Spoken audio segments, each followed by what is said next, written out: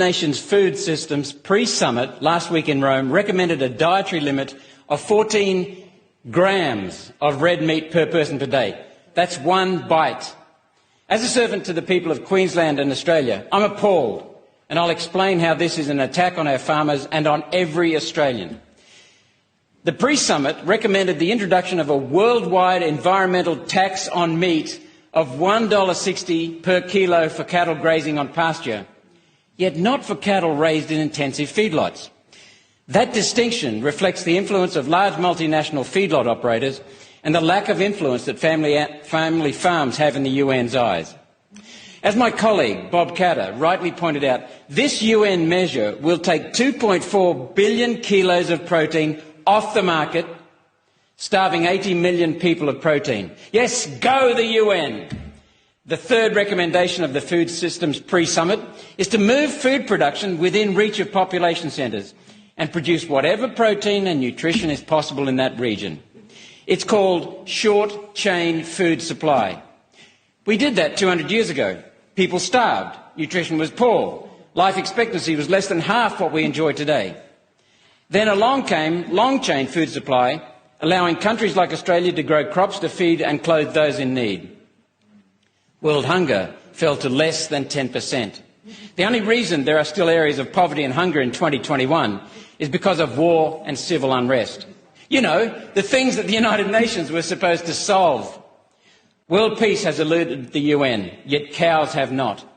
The United Nations is proposing to eliminate global food chains that have brought good food to the world for hundreds of years. I've recently spoken about the false water shortage brought to you. Thank the UN's directive to not build new dams. This is the start of a false food shortage. The motivation is to eliminate broadacre agriculture, eliminate food exports and return all that land to nature.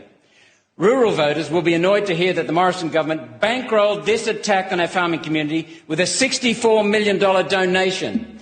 The Liberal National Government is funding our own demise, the betrayal and demise of our farmers, of our country. Australian farms employ 326,000 people directly. They contribute $75 billion to the economy and $60 billion to our exports. Without the bush, we'd be stuffed, broke and hungry. These three United Nations proposals will destroy rural Australia, wipe out family farms, crash real estate prices and further hollow out country towns, for no benefit to us. There's no better source of protein than red meat, yet our supermarkets now stock protein and fake food products made from crickets. Why? Because billionaires can't make enough profit out of cattle. It's a variable industry with good times and bad. Billionaires can, though, make money on intensive cultivation of bugs for protein. This breaks the reliance on nature's weather and allows scheduled production of a food-like substance with great profit margins and low fulfilment costs.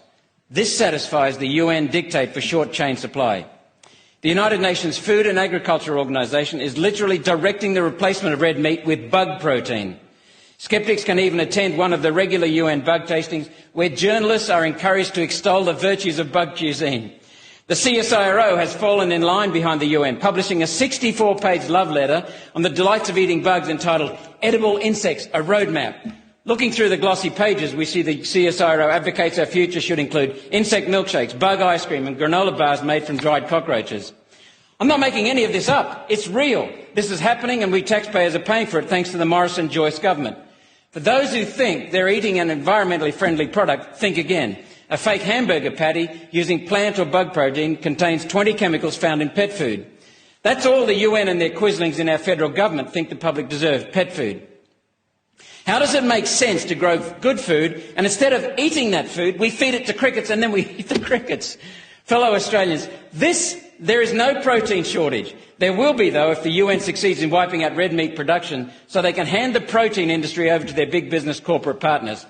One Nation rejects this attack on our farming community. We reject state and federal parliaments around our country continuing to demonise and isolate farmers. We will continue to oppose the UN dictating to federal and state governments. One Nation will continue to oppose ideology over humanity. We will continue to stand up for a fair society based on a citizen's right to exercise free choice about diet, health and business. We have one flag, we are one community, we are one sovereign nation.